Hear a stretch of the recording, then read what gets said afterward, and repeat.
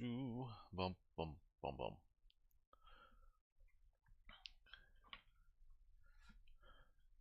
Got my pen, got my paper, got my index cards, got my sci-fi index cards, and seen video up. Man, I'm telling you, this technology stuff is a brain buster sometimes. One, because I don't trust technology all the time, and two, because I don't entirely understand how it all works. It's foreign to me. So, anyways, just give it a second, and then we'll dive right into finding stories through index card using some of the methods presented in the GM guide for ICRPG. Honestly, that GM guide is probably one of the best sections I've ever read in an RPG book in general. It's part of a. It's been available since second edition. Well, first edition probably. I haven't seen first edition, but I mean, you can't go wrong when the GM's guide includes everything from the GM's oath to story architecture. Let's see, the log method, thinking in sessions, how to reward, room design, encounter architecture, targets. Like, it just has everything.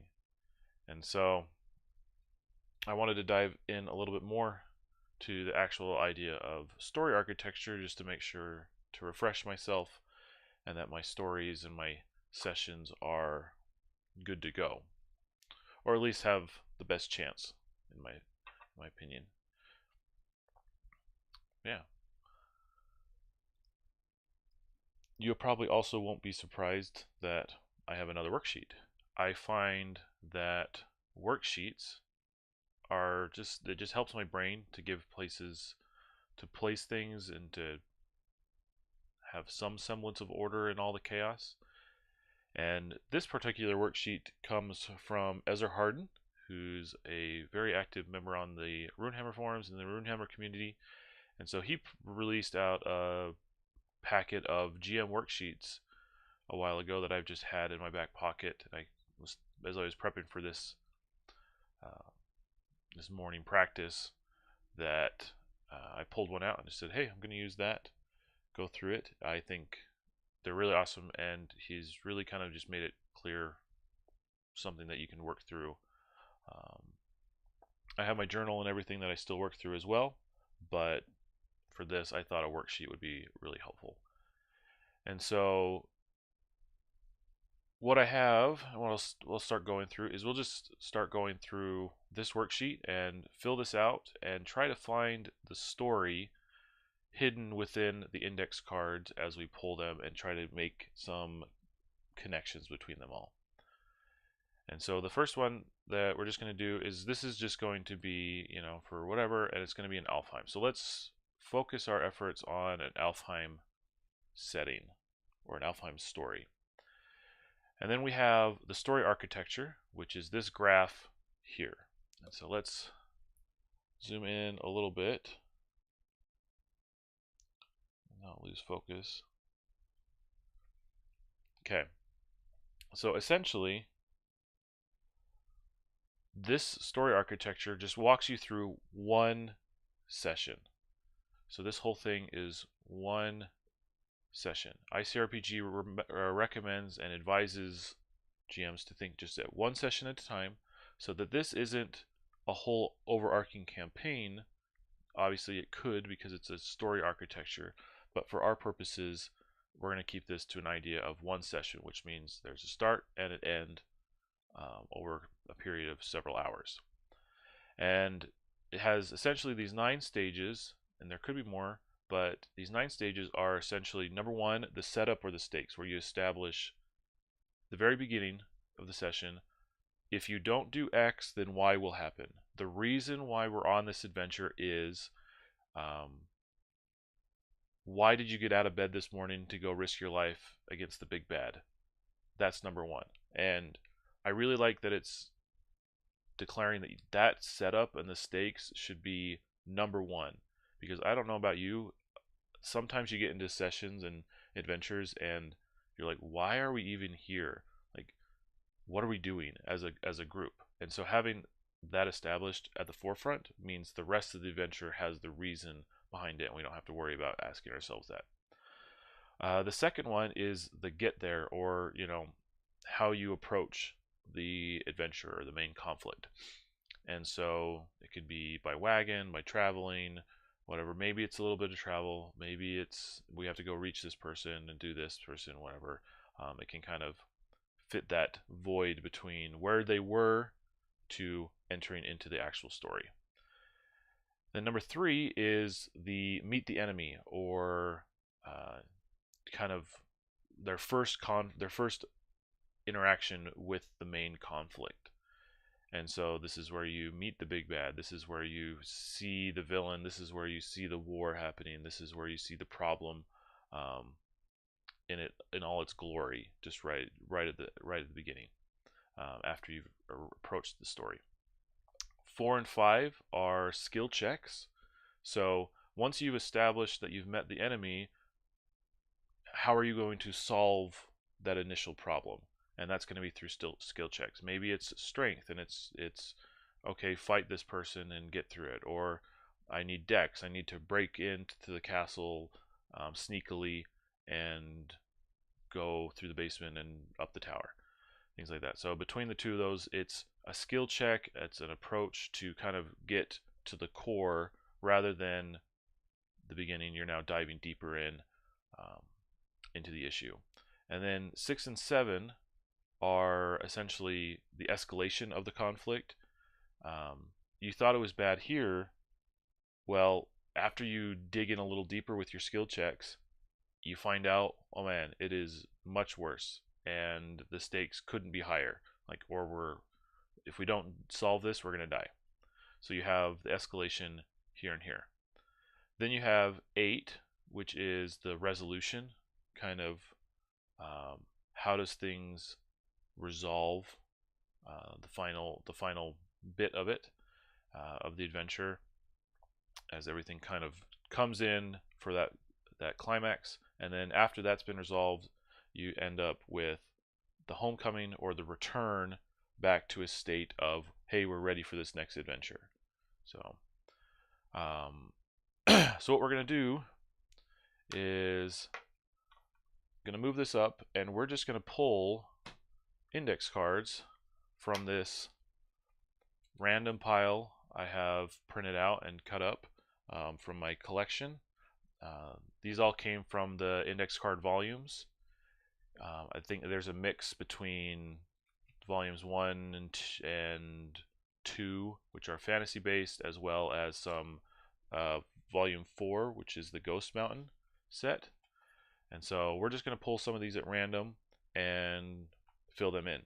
Now, the trick with this kind of story architecture and this method of pulling cards is that you have to trust the cards, and you have to let go of the idea of what you think a story should be.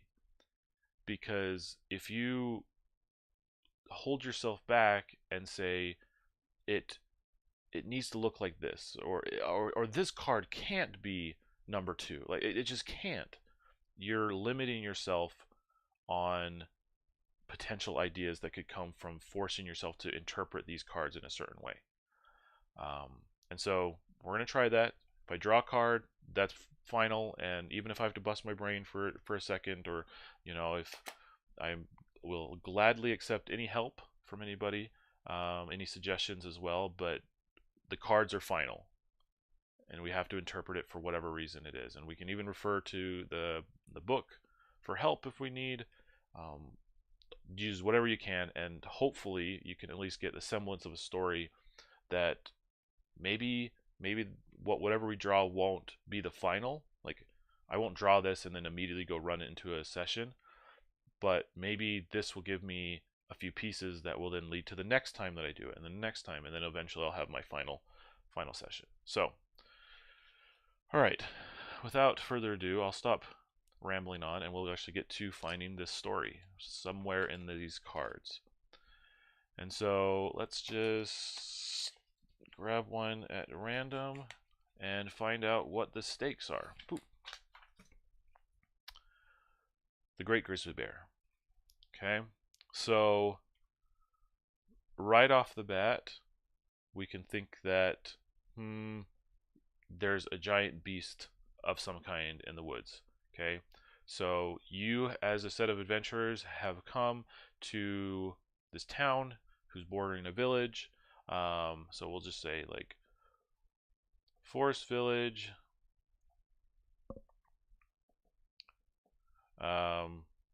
plagued by wild beasts. People, you know, and from there you can start asking questions. It's like, okay, well, what happens? Is it because like people are getting like attacked in broad daylight, or does it come in at night? Well, I think it's, you know, it happens at night. People disappear. You know, this is very tropey, but that's okay.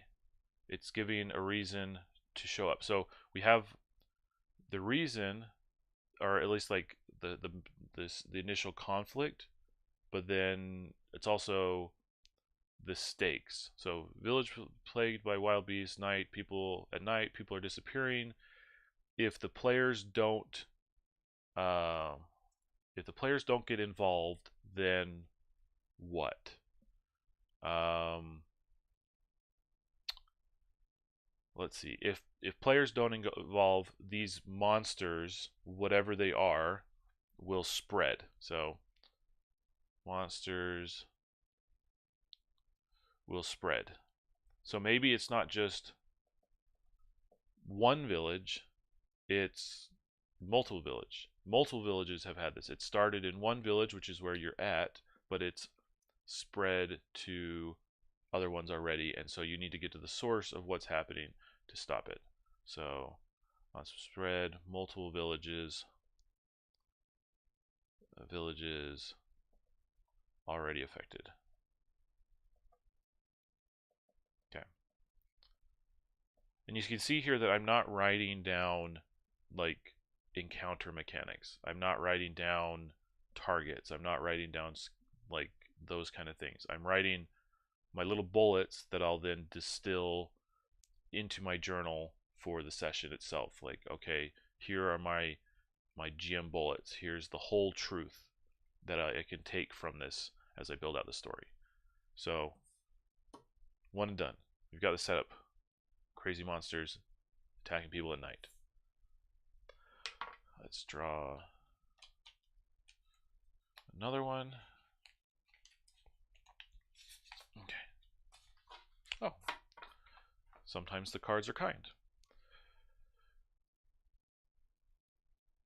Okay, so we have a little hut, a little kind of peasant house, cottage, things like that. Okay, so they've heard about this monster. They know that it's happening. Well, maybe there's an old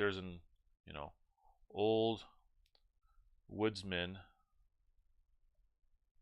who has seen them and where they go.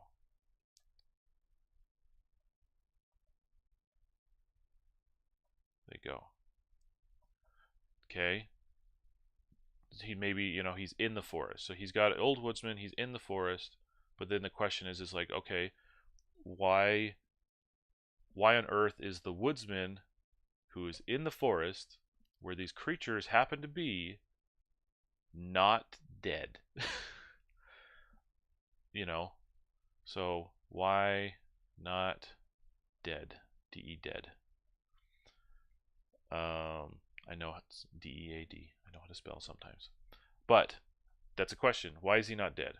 That's a, you know, maybe that's a big rumor that I don't know yet, and I can include in my whole truth. Maybe he's involved. Maybe he's not. Maybe he's superstitious. You know, maybe he has the key to resisting the villagers. Maybe, you know, his bloodline is there. Maybe his his cottage is blessed by a local witch. I don't know. And so what they have to do is they have to travel from their, the main village out to the woodsman. Oh, sorry. So they start in the main village, travel to the woodsman, and that's where we're going to start. Oh, he's their caretaker.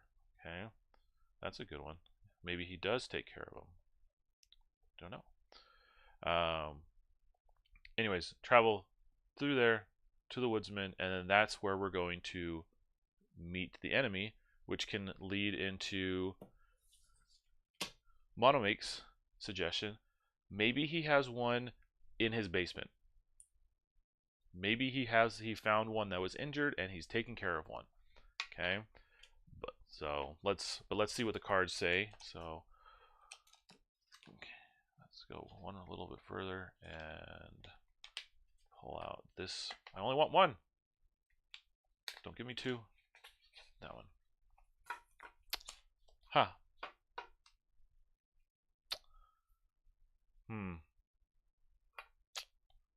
Not exactly where I thought it would go, but that's okay.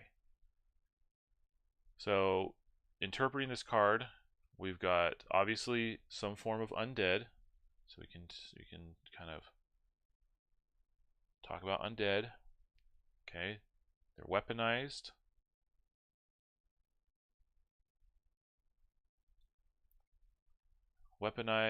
And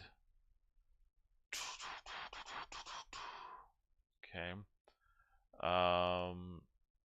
See, the thing is, as I'm sitting here, my brain is going off saying, look, I'm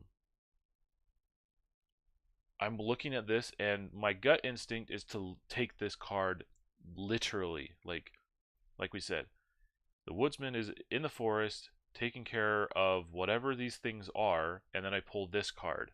And I could take this very literally, and he has an undead skeleton with a sombrero, holy machine gun. Or I can try to interpret this like I'm doing. I'm seeing undead. I'm seeing weaponized. I'm seeing things of that nature, and that can be what you use these cards for. It doesn't have to be exactly literal. I just have to use this card as my inspiration. Okay, so anyways, we've got undead, we've got weaponized. I'm gonna stick with skeletal. So we have skeletal beasts. Okay, and because this is meet the enemy, we probably meet, there's one in the basement.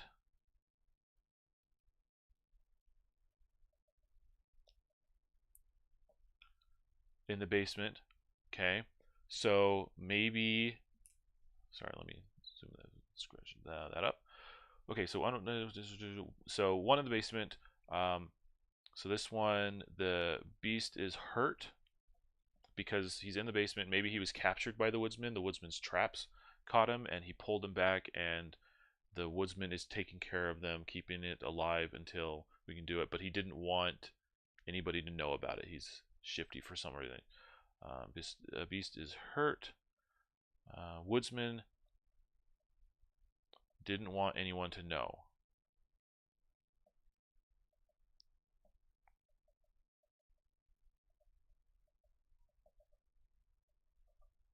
Okay.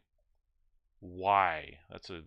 I'm sitting here immediately going like, why on earth was he not want anybody to know? Is it because everyone thinks he's a crackpot, like Looney? And if they find out that he's actually not like sharing that information, that they'll turn on him? Is this beast somehow like someone that he like a daughter or a son that was infected with this, and now we have that kind of plot line that we can go through? I'm not sure, but I've got questions, that I can start asking myself, on throughout this whole thing, and I can start diving down and working through it. Okay, and maybe the answers will come later on, and so I'm not going to wait too long on each one. I'm pushing through because, again, those answers may be later on in the story. Okay. heart of the matter. This is, like we're saying up here, these are skill checks. Okay? These are things that players do to advance the story and gain new information and continue to dive deeper into the heart of the matter, get to the core of the problem, and try to discover what they can do to actually solve the issue. So for me, this TP whatever reminds me of like a sage. So we have the woodsman. Well, he's no expert. He just happens to have information. Well, we need to go to this, maybe there's a band of like mages or druids in the forest that they know more about, or maybe the woodsman was approached by someone of this kind of nomadic clan in the forest and said, we need you to watch this thing for us, we need you to keep it for us, or he said, hey, this person came in and I let them stay at my house while it was raining one night. They gave me this kind of warning, and I've been heeding their words ever since, or whatever. So okay, so we can go through so forest sages / nomads is what I'm thinking. Find them to learn truth. Okay. So again, it's kind of like, talk to this person. Okay, talk to this person. Okay, talk to this person. That's okay, as long as there's an interesting thing. Because like here, this is going to be, some kind of fight. Creature gets loose.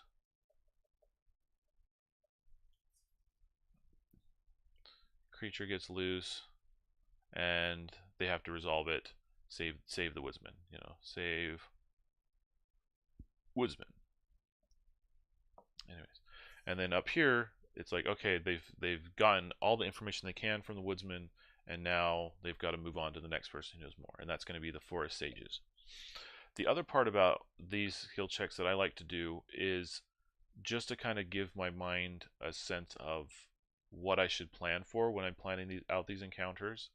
Is I like to just write what I'm thinking of is the skill focus. So in this case, it's definitely in my head a charisma challenge. So if they want to approach the problem through charisma, then this is kind of the path that they take. Is okay, rather than just following the tracks back to their cave or whatever, we're going to go talk to these sages and get more information so that we can talk our way through the problem rather than just pull out our swords and go to town. Okay, so next card is going to be, let's go earlier in the stack. One card, please.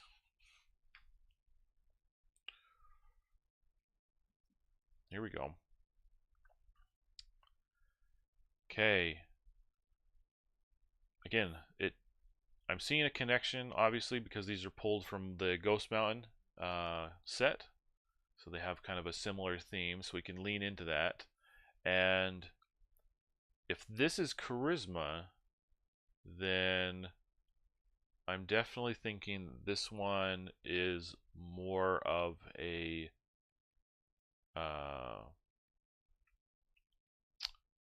wisdom. Maybe it's a fight. I'm kind of saving the fights for 6 and 7 when it escalates.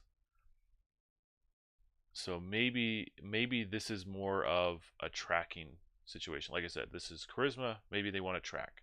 So we're going to use that they're going to approach this primarily through wisdom. That's going to be the key stat here. And so maybe what they do is, after they fight this beast, they see this. Again, I could take this literally, and say that there's a creepy girl or somebody walking through the woods at night, and they're like, no, they shouldn't do that, because they know, like, they're caught out at night, they're gonna get got by these beasts. Okay, so creepy girl wandering at night. And maybe what they see is like they've rather like from the woodsman, they like see her walking through, like they look out the window and they see her just like walking through the woods, and they like run out and be like, hey, like, what are you doing out here, you know? And as they approach, she just like vanishes, 50 yards away, and she's over there now. And so she keeps disappearing, and they think it's curious, and they have to continually use like wisdom checks to keep up with her, keep pace with her. She doesn't leave tracks, or maybe she does, but they're not like footprints. Weird tracks, spooky, spooky movement kind of a thing. And she's essentially leading them through to the to wherever these things are. And so in this case, so like in either cases, the neither one of these would stop progression if they fail. So if these guys move up to the forest sages and have a really bad time diplomatically with the sages, it doesn't stop the storyline. It just doesn't provide them with as good of an approach as they move on to the escalations. Same things with this, following this creepy girl. If they fail the wisdom checks to stop tracking her, it's not like they lose her. It's more like they track her to the point where they are now essentially like ambushed, or like in the worst possible place. They walk right into the lion's den, rather than getting up on the ridge and seeing it from above, this type of thing. So we can start thinking through that as we go through it. Now let's talk through escalations. And let's go with let's go from the front again.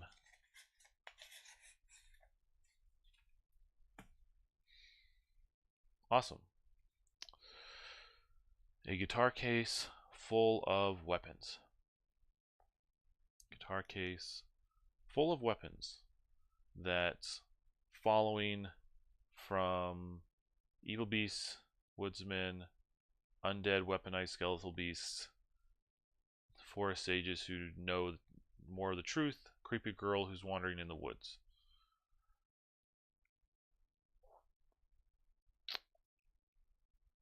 I'm sensing, there's some side. I'm thinking to myself, there's some kind of corrupted object. Okay, some kind of corrupted object that, maybe there's a cursed pool of water. Okay, and you're probably thinking to yourself, like, how on earth is cursed pool of water pulled from this? I don't know.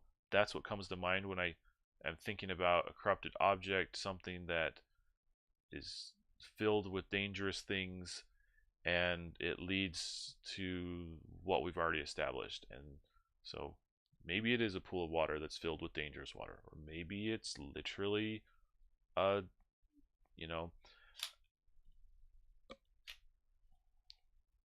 sorry about that.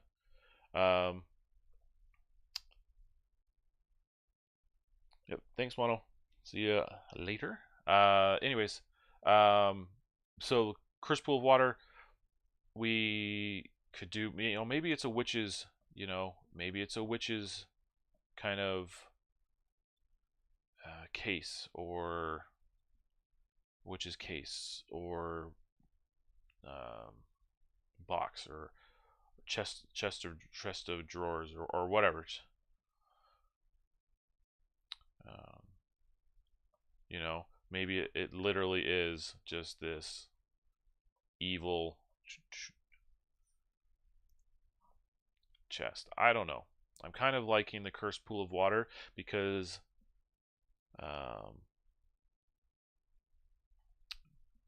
you know, maybe I'm liking kind of this because what this can do is rather than having this witch's chest or whatever, maybe it's something that's in that you wouldn't expect to be dangerous, and that's what's leading to these skeletal beasts, because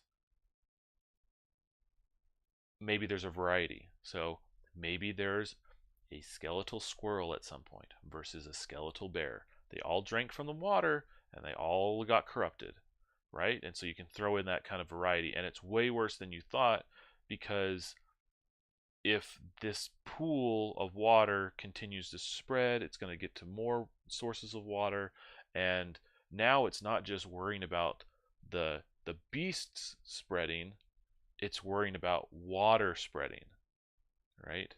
It's we somehow we have to stop a natural element of the part of the environment to you know, and so it's not just killing the skeletons, it's ending the source of whatever's tainting this water. At the same time, there's, you know, a slew of beasts all around, you know, because this is the skeletal watering hole, which means every night everything that's been corrupted comes back to the watering hole. And so you're going to have things showing up, different variety of things, bears, moose, squirrels, dire horn, who knows. But you got something filled with dangerous things, pool of water. All right, we're almost done with this first adventure. And so again, let's think about another escalation, and let's pull from near the back.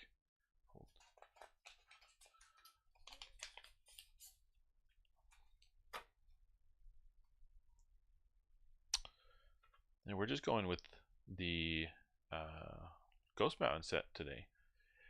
And so if this is an escalation, okay, maybe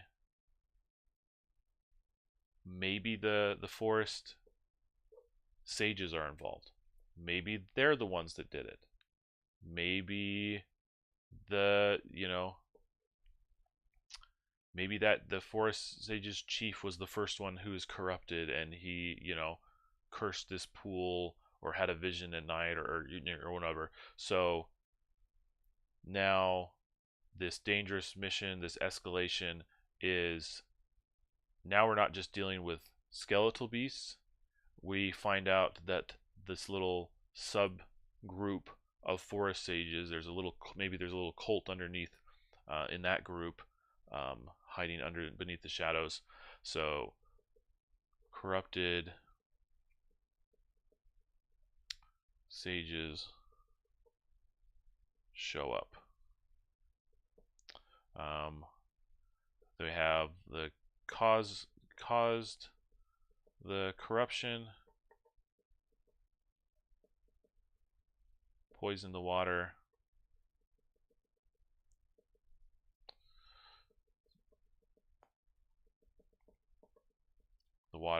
and are here to stop you. Okay, real classic. So now we don't just have mindless skeletal beasts to deal with. We have very intelligent, corrupted, magical, you know, maybe the skeletal beasts aren't magic, but we have access to magic with these guys.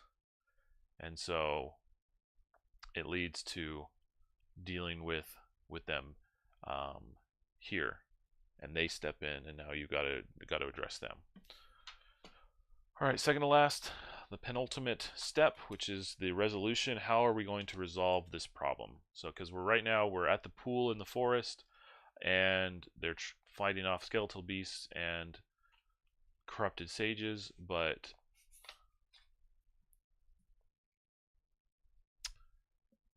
How do you resolve the issue?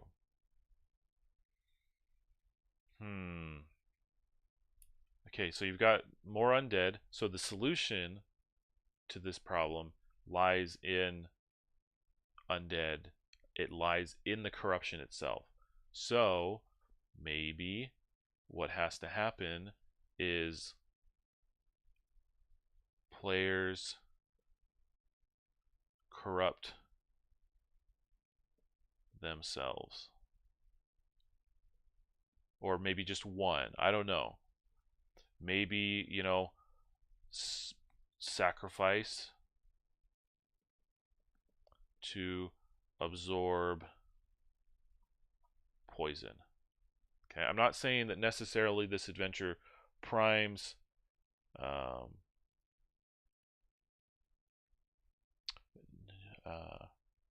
Nicholas. It said maybe these corrupted sages are spreading the corruption to the bodies of water, not the water itself. Yeah, that could be it. Was that for the resolution step that we're talking about? Was that for the last one? For this one? Just let me know, because I'm just going. My brain is going, because I'm thinking to myself, I don't want to necessarily set up a situation where one of the players literally has to die in order to succeed in the mission. But I'm thinking to myself, if a player can absorb it, they either get, you know, access to power, access to same power, and they can use that to their advantage. And if they can destroy the main sage, you know, who is the main sage, who's the source of the corruption, then it can break the curse. Destroy sage, chief, break curse. Or if he just kind of like oh, got it. So for this one, nice. Or if he just kind of absorbs it all in, then there's no more corruption anywhere. It even, maybe he pulls it out of the chief himself, and just absorbs everything, and then he's just so overwhelmed with it. I'm thinking the thing, yeah, might just take him out of the fight. I'm thinking to myself, again referenced, I'm thinking of him with like Doctor Who, where at some point, like, they have to like absorb all the radiation into himself, and it ends up like, killing him. I'm thinking of that kind of a moment, but not necessarily having to do it. So takes him out of the fight for sure. Kind of ends his adventuring career. He forever remains corrupted and scarred from it. So we can do scarred rather than dead. And if you can do that, then we can have that resolve and clean the source that's kind of corrupting the surrounding area. And so the last one for the homecoming, how they return, is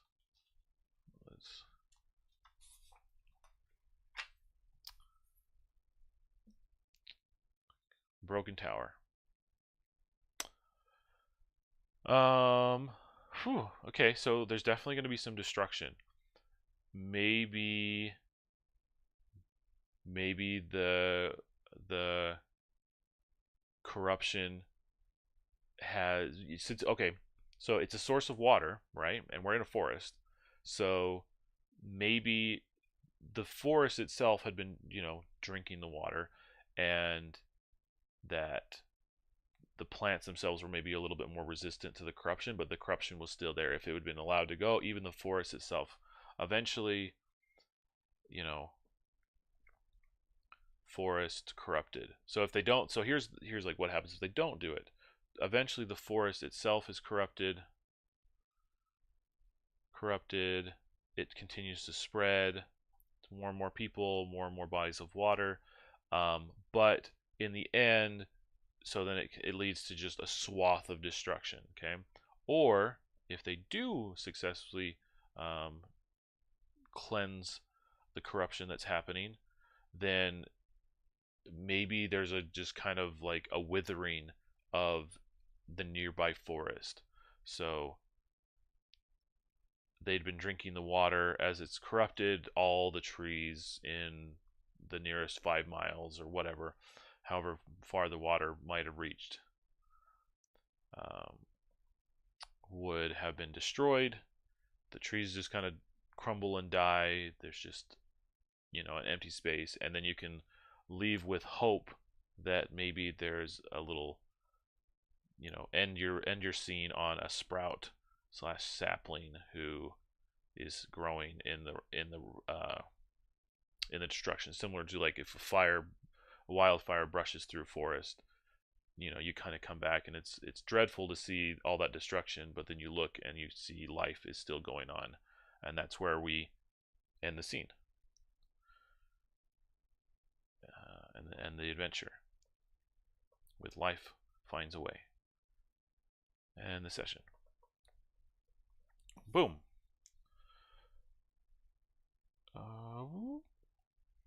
Okay. Boom.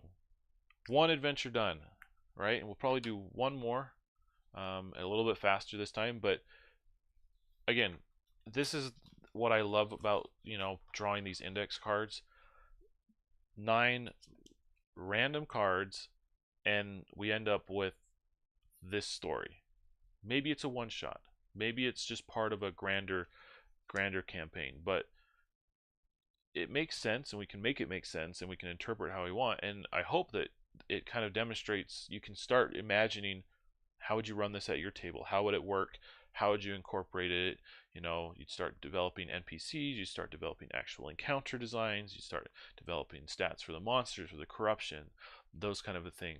And all because we just drew 9 random cards and made them work. So we're going to call that good for this fantasy adventure.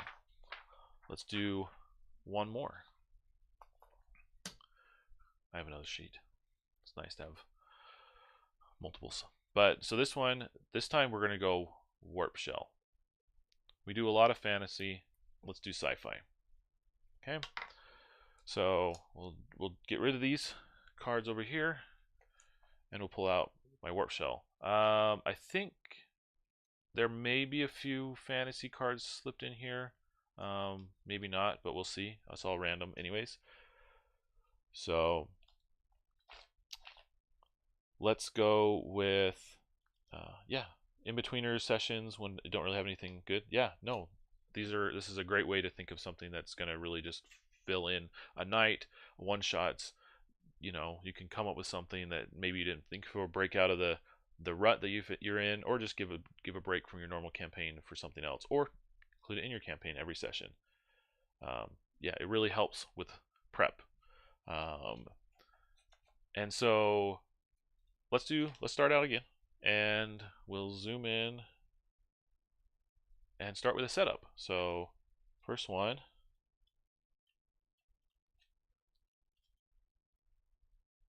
there's so just looking at the chat real quick, these are just printed cards. I just printed them out, and they're bigger. There is an essentials deck which has a bunch of the most used cards that are poker size cards, the same size as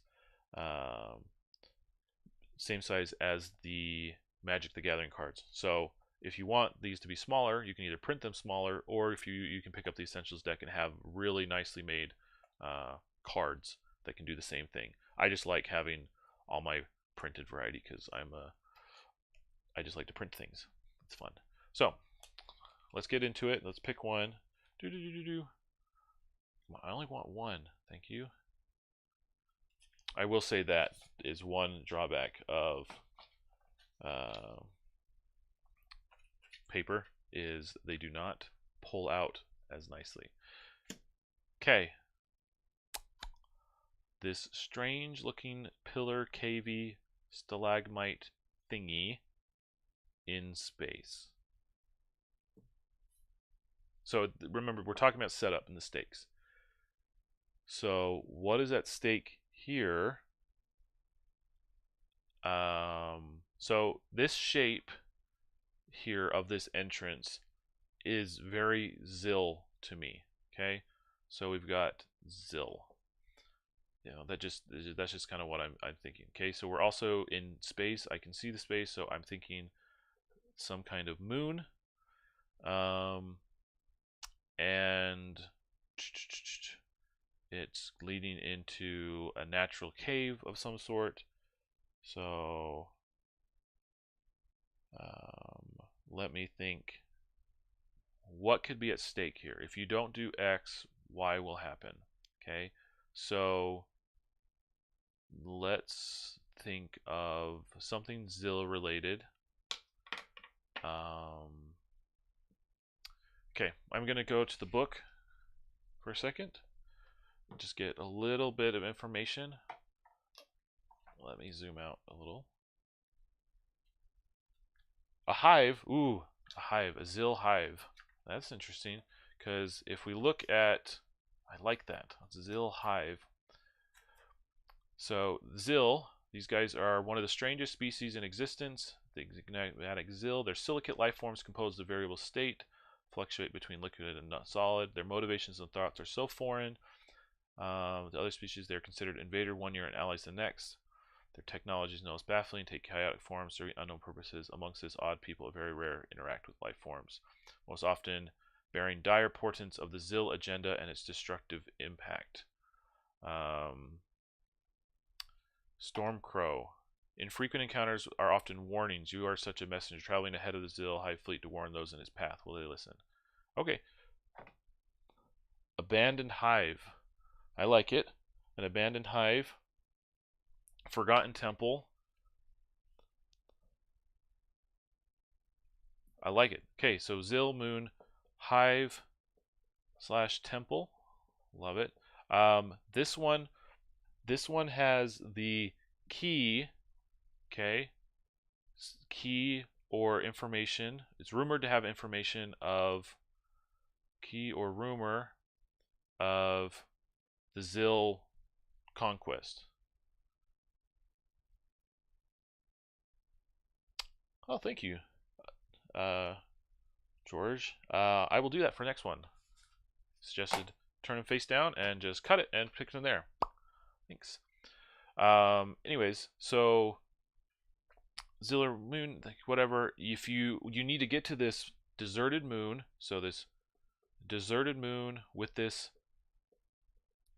Zill hive, and go into it. If you don't, then we won't know where the Zill are coming from. Like, we won't know what their plans are, because the Zill are either friends or foes. Who knows? We have to determine one way or the other. Find Zill plan. And maybe on your team you have a friend who's like, I know a place where they kept the archives. I know a place. I'm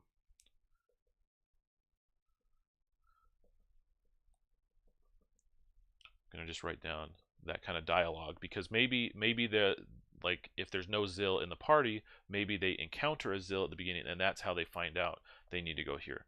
A Zill arrives as a storm crow and says, I know a place. This is where you need to go.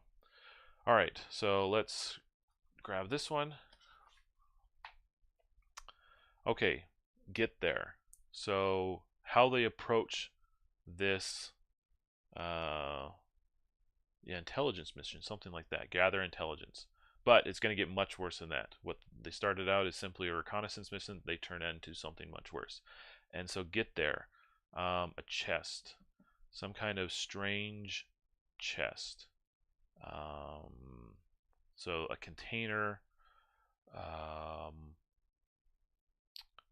Okay, maybe, okay, this is a strange chest, a container of some sort. What happens is, how they get there is, this is a deserted moon, and maybe it's in a dangerous part of space. It's in a dangerous orbit around a planet. Dangerous orbit, and they can't just land their spacecrafts there. Can't land ship.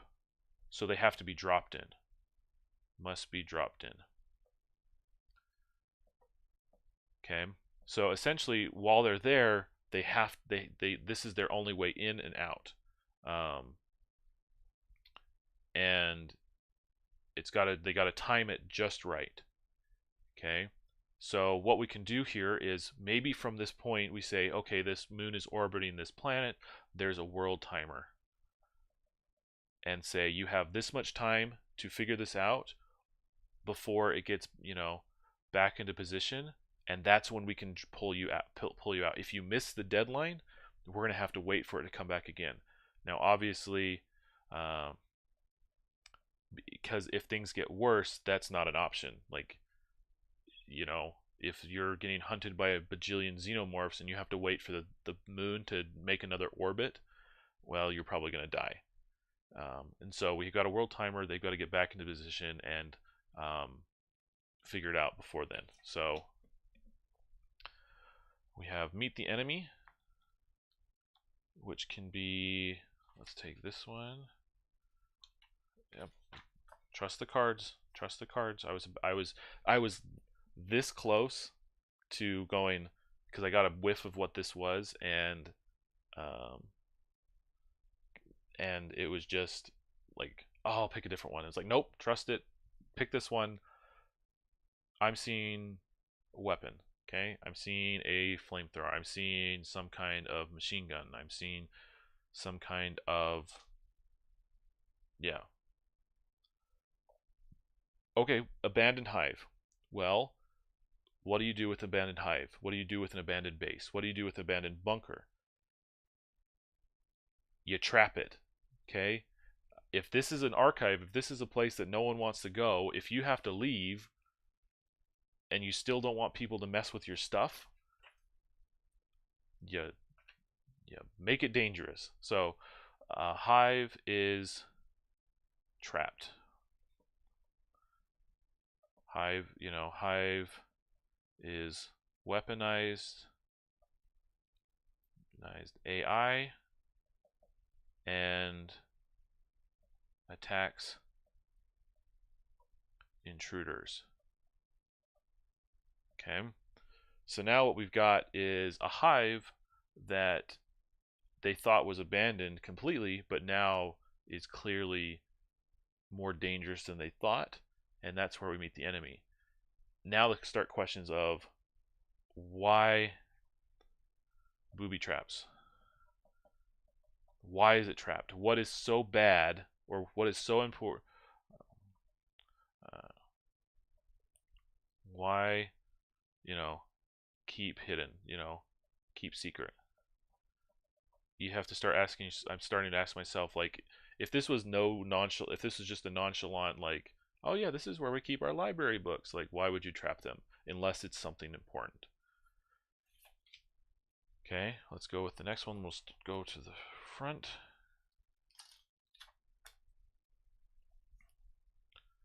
Okay, we got a skull, a ghost armor, and so, okay, I'm thinking two ways about this one. Either one, the Zill were developing so that this isn't just a temple, this is a factory. Okay, so is it a factory? Okay, factory is, or is this some kind of like service bot? Okay,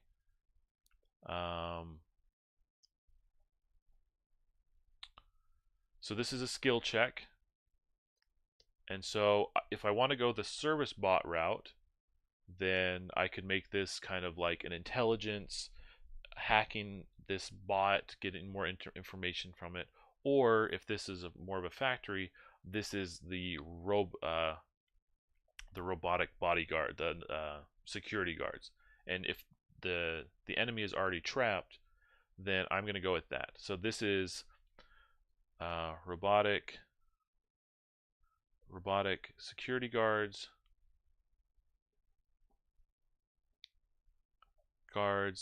We can think about, a variation of ghost armor. So then I think to myself, how would the Zill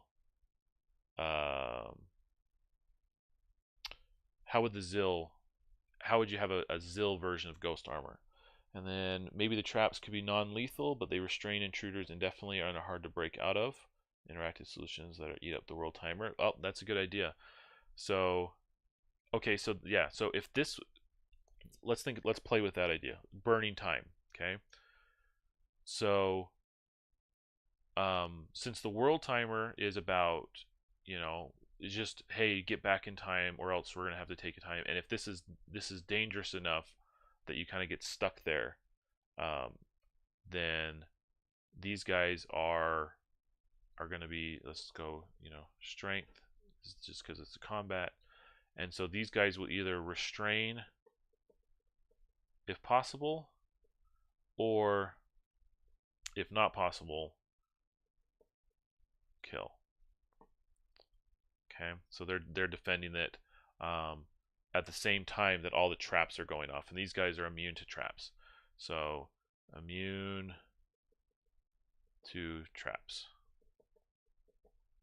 Okay, so let's think about, so that's skill check 1. That's a very combat focused skill check, series of skill checks with the Ghost Armor. And ooh, we got an egg. We have an egg, so maybe this is what maybe neutralize and hack the robot guards to gain access to computers and then info on the Zill plans. Yes, very possible method to get through it, so that you don't just have to kill the Ghost Armor. You can hack them and gain access that way. Steal their security pass. Still, get inside. Bypass a lot of the traps. Do whatever. So we now also have the eggs. Okay, so now we've got eggs, which I like because we have to ask ourselves, why is it kept secret? Why is it booby trapped? Okay, now obviously I've been playing some Xeno Dead Zone lately, and so my mind immediately goes to xenomorphs, and so maybe the traps aren't for intruders into the hive. Maybe it is booby traps and weaponized to keep whatever infested the temple in the first place in. Okay, and the traps don't recognize if you're coming or going. It just recognizes there should be no one here, and if anything moves, we kill it. Okay, so we're gonna do, this is gonna be an intelligence. So rather than strength, this is gonna be an intelligence. And so we can go with, so moon creature nest.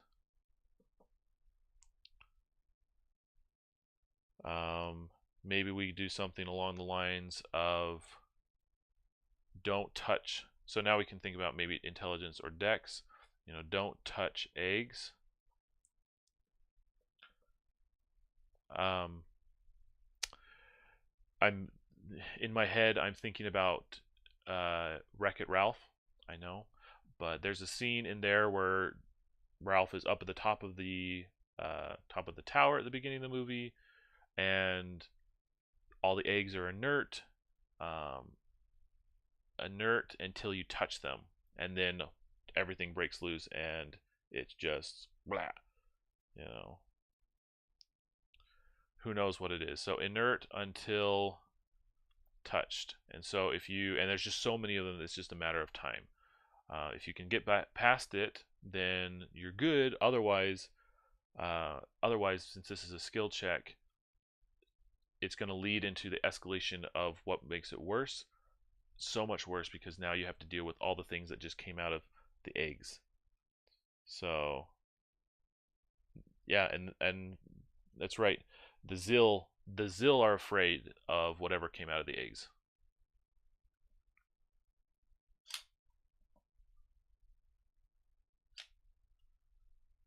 Sorry if my camera just turned off for a second. It does that. I don't know why.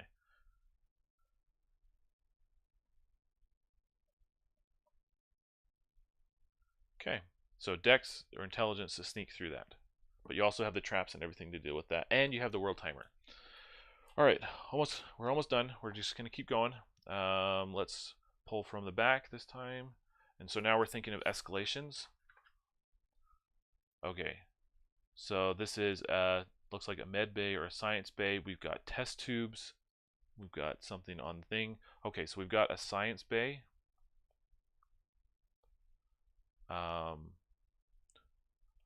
And so, okay, here's what we can think of. We can think that the Zill didn't realize what these moon creatures were at first, and Zill were experimenting on them. Experiment on creatures, but we know how that story goes. One breaks loose. One of these test tubes is broken. Broken.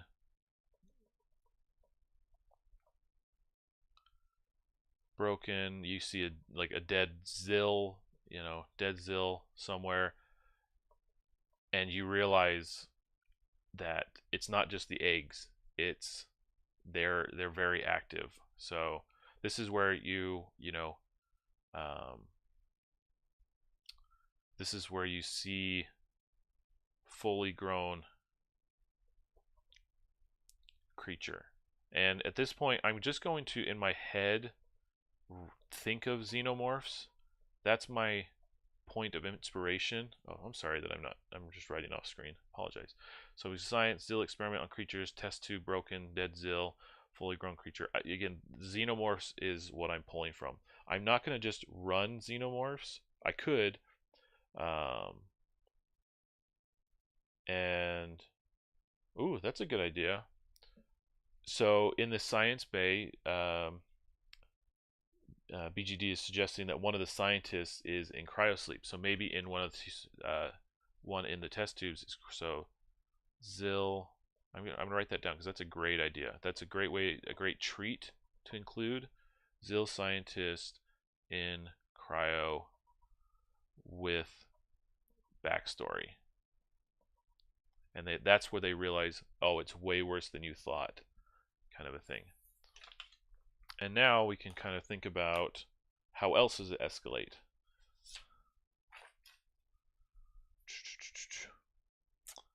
A ship.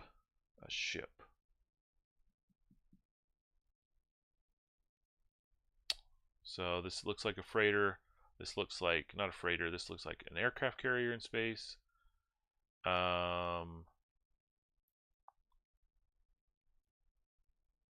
Okay, so this reminds me of a warship. Okay, it's a great big warship. So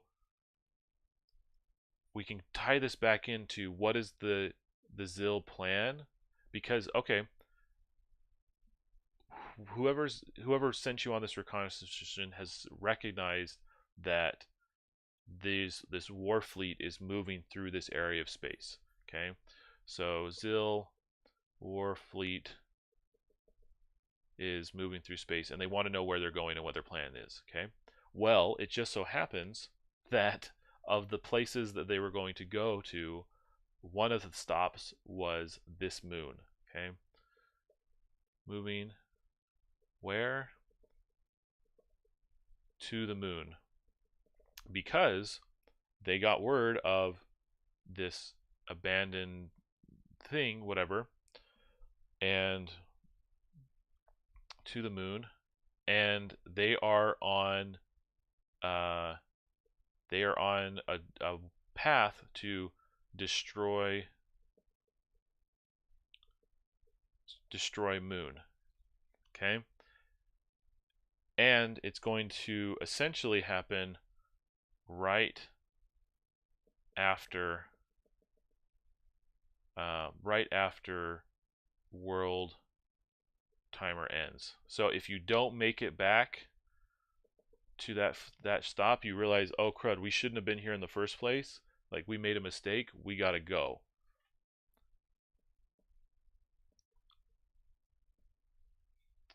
So now this whole, so much worse is you've got eggs and the xenomorph creatures to deal with. You've got the traps still to deal with, which are both a help and a hindrance because they're attacking you, but they're also attacking these creatures at the same time. And so you've got to, if you can use the traps against the creatures but not yourself, you're good to go. And so now it's you just got to go before they just the war fleet comes and destroys the moon outright. So we're gonna do resolution. Let's think through.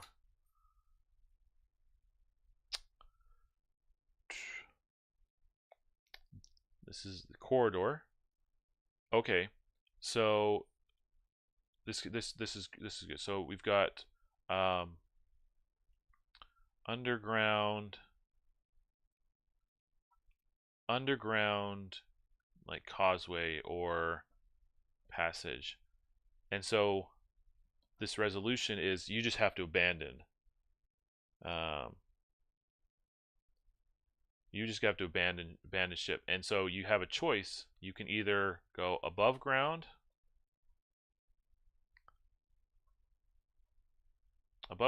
and deal with the traps, mainly, but now you're in open space and everything like that, or you go underground and deal with the hive.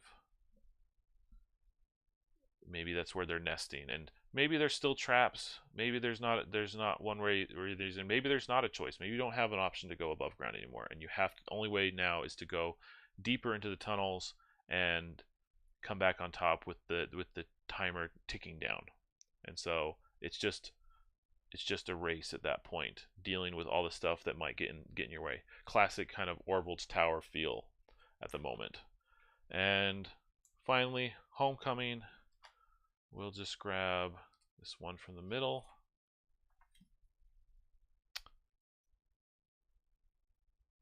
Let's see. Again, and it's another weird chest. So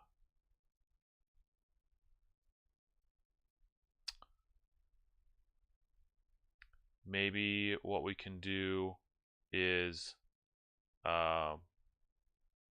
that in the end, like at the very core of the hive,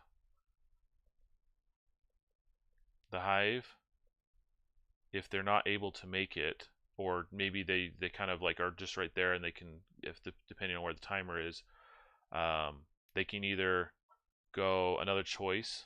You can either race to drop pods, or you use Ziltech and go somewhere. Because I believe, let's look at the book again. At the Zil. Nope.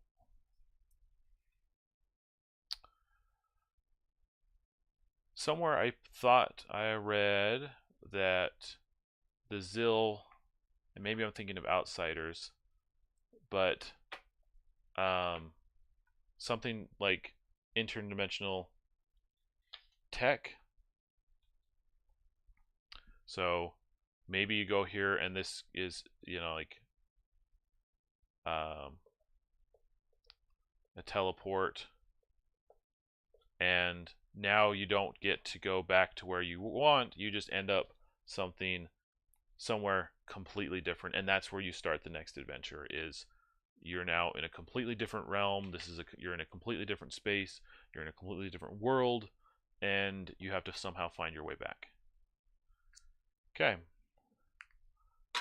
Yeah, there's a lot going on with this one, definitely. You got the Zil, you got the Xenomorphs, you got the Warfleet, you got the people asking you got to get back to the World Timer. It's definitely a very like high intensity kind of a thing. And so again, 9 cards led to an adventure that you can start planning out with. Okay, what happens? How do the traps work? What are the creatures? What are the things getting in the way? What are the disruptions? How can you make the race feel? How can you get a sense of pressing time? How can you burn time? How can they gain back time throughout this whole thing? And where are they going to go if it doesn't work? Or what moves from there? How can they get the information that they want, or whatever that they didn't have or needed, and those kind of things. all from a couple cards. Okay, well, we've done 2, and for me, I'm feeling pretty good about it. I feel like I hope this demonstrates how helpful it can be to just work through a story architecture like this, and how you can find the story through these cards. And even if I never use this adventure, there's pieces in here that might spur other ideas that I could use as well. I can mine this for ideas and use this to kind of jumpstart my brain into thinking more and more about the adventures that I want to run. So we're going to call that for this morning. These worksheets are available on DriveThru. Otherwise, you just use them in your sheets. And let me grab the word. Oh, here it is. Yeah, with some more. So trust the cards. Definitely self. Just go with it. Guarantee you can figure it out. And that's the challenge. Is I think you got to practice forcing yourself to think creatively and let go of what you think is supposed to happen and just call it good. So hope you guys enjoy your Friday. Thanks for tuning in, and we'll see you on the forums.